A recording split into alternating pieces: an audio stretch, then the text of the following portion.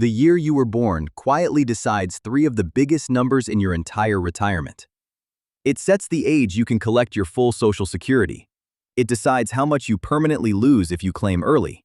And it decides how much bigger your check gets if you wait. And here's what catches people off guard.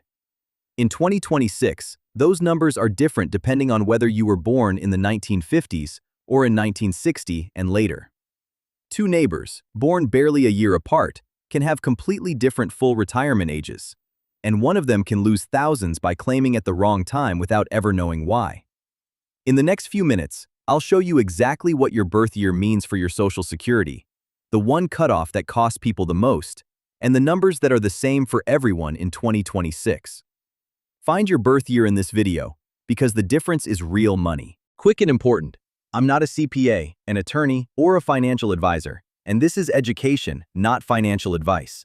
The figures I'll give are current for 2026 and can change, so always confirm your own numbers at ssa.gov or by calling 1-800-772-1213 before you make any claiming decision. Everything in Social Security revolves around one number called your full retirement age, your FRA.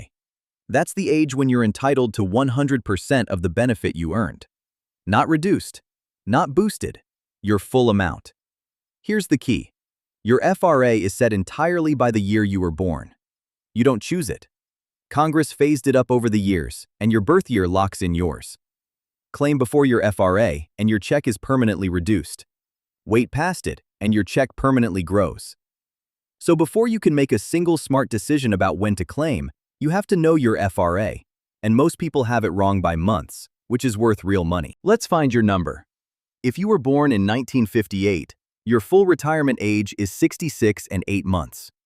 If you were born in 1959, it's 66 and 10 months.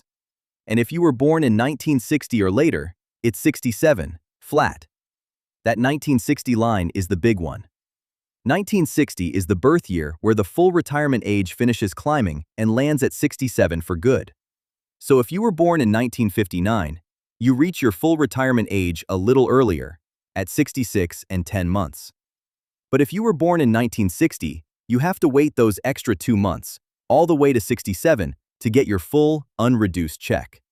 It sounds small, 2 months, but it quietly changes the math on every claiming decision you're about to make. Let me show you how. You can start Social Security as early as 62, or as late as 70, and where you land changes your check for life. Claim at 62, the earliest, and your check is permanently reduced. For someone born in 1959, that early claim cut is about 29%. For someone born in 1960 or later, it's the full 30% haircut, because they're reaching further back from a higher FRA. Same age, 62, but the 1960 person gives up a little more. Now flip it. Wait past your full retirement age, and Social Security pays you delayed retirement credits, up to age 70. Those credits are worth about 8% more per year. For someone born in 1959, waiting from FRA to 70 boosts the check by roughly 25%. For 1960 and later, it's about 24%.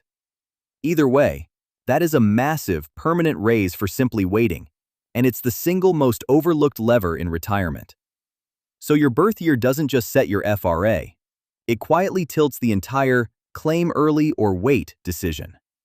Knowing which side of the 1960 line you're on is step one. Now, a few things don't care what year you were born. They apply across the board in 2026. First, the raise. Every Social Security recipient got a cost of living adjustment of 2.8% for 2026. That applies whether you claimed early, on time, or late. Second, if you claim before your full retirement age and you're still working, the earnings test can temporarily hold back part of your check if you earn over the annual limit. And that's based on your age relative to FRA, not just your birth year. And third, the one that surprises people. A portion of your Social Security can be taxable, depending on your total income, no matter when you were born. Up to 85% of your benefit can be taxed if your income is high enough.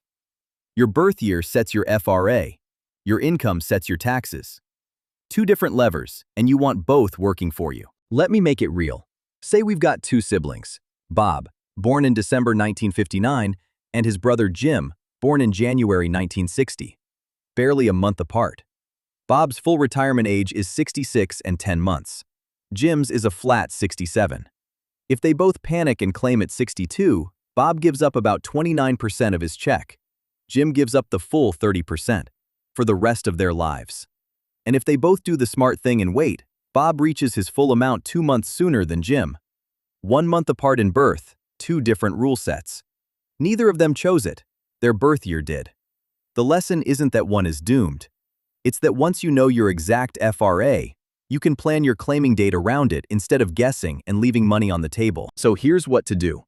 3 steps. Step 1. Find your exact full retirement age for your birth year. I just gave you the big ones, but confirm yours at ssa.gov. Know it to the month. Step 2. Create your free My Social Security account and look at your actual estimated benefit at 62, at your FRA, and at 70. Seeing your own 3 numbers side by side changes how you think about waiting. Step 3.